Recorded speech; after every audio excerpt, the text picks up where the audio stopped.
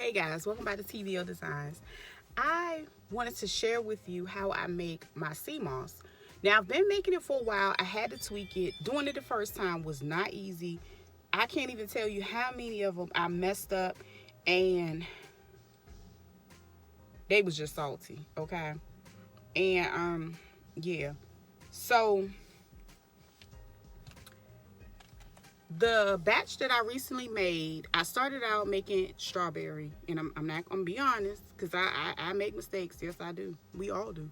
So I started out making strawberry, but it kind of came out a little bit more limey. So it's strawberry limeade now, which is cool because it actually tastes good and it's dope. So actually, it's funny because I didn't even consider making strawberry limeade, so it worked for us, it came out for my good. But anyway, I wanted to share the process of after I've soaked it and drained it a couple times. I generally like to process my sea moss for at least 24 to 48 hours. Like a lot of people, they just do theirs overnight, and that's fine. But what I'm saying, I cut me some lemon and limes in mine, and I use spring water.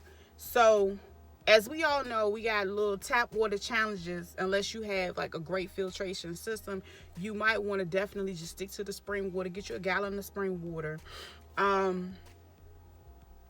Generally, when I make it, I make a few at a time because a lot of times I'll give them to family members and stuff like that. So, and I do have them available on beautifulbonnetbabes.etsy.com, which is available in my about section. And that is my place where I have different things that I've made on this channel. I have patterns, I have the actual item.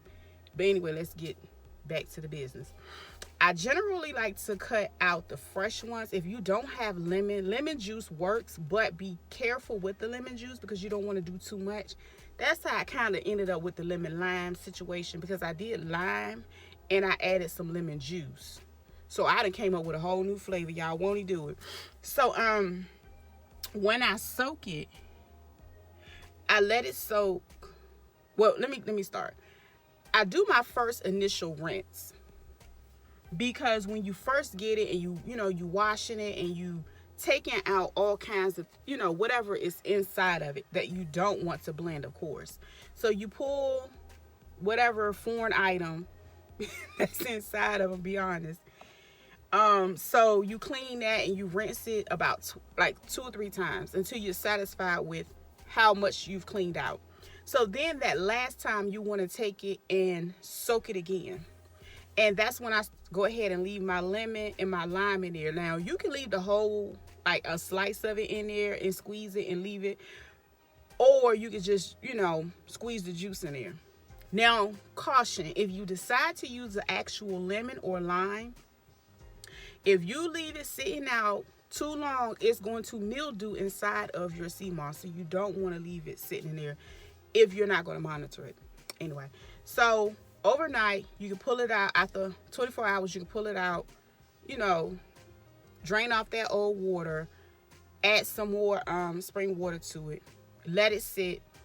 A lot of times what I do to make sure that it's not too salty and is the way I want it, I'll pick a piece of it off or cut a piece off and I'll just chew it to see what it tastes like. Now, if it's salty, that means, oh, you need to keep soaking, girl. But if not, if it's not salty to my taste, I'm okay with it, because I add agave and stuff like that to it. All right.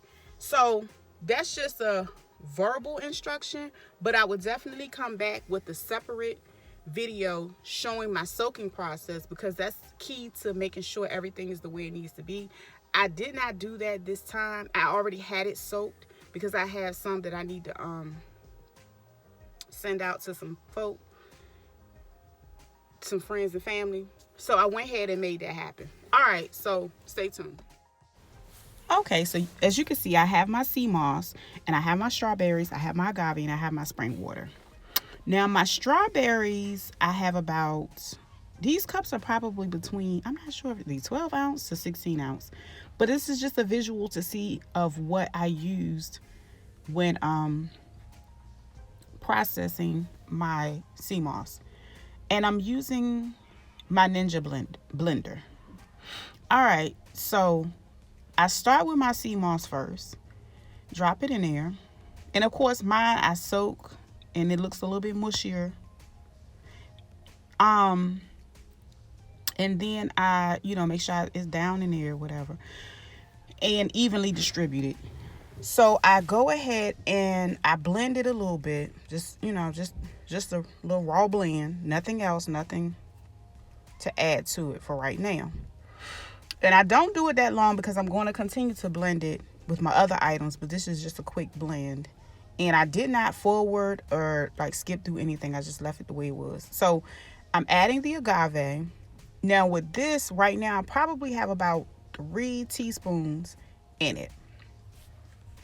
And then I added about almost half of that cup of strawberries that I actually had.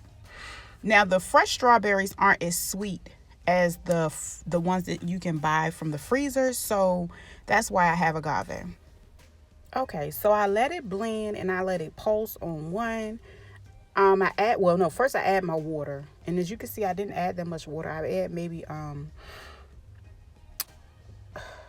third of a cup, because I like to add less, and if I need to add a little bit more, I can always do that. I don't want to over add the water. And I let it pulse. I do it for a while because of course I want everything to infuse and blend as good as possible. So maybe like 3 minutes to 5 minutes, I just let it blend.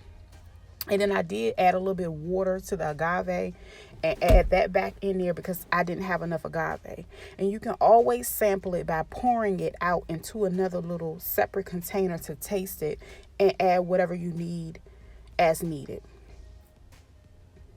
Okay, and once I finish, of course, my jars, I went ahead and sterilized them first. And as you can see, I just kind of pour them in there.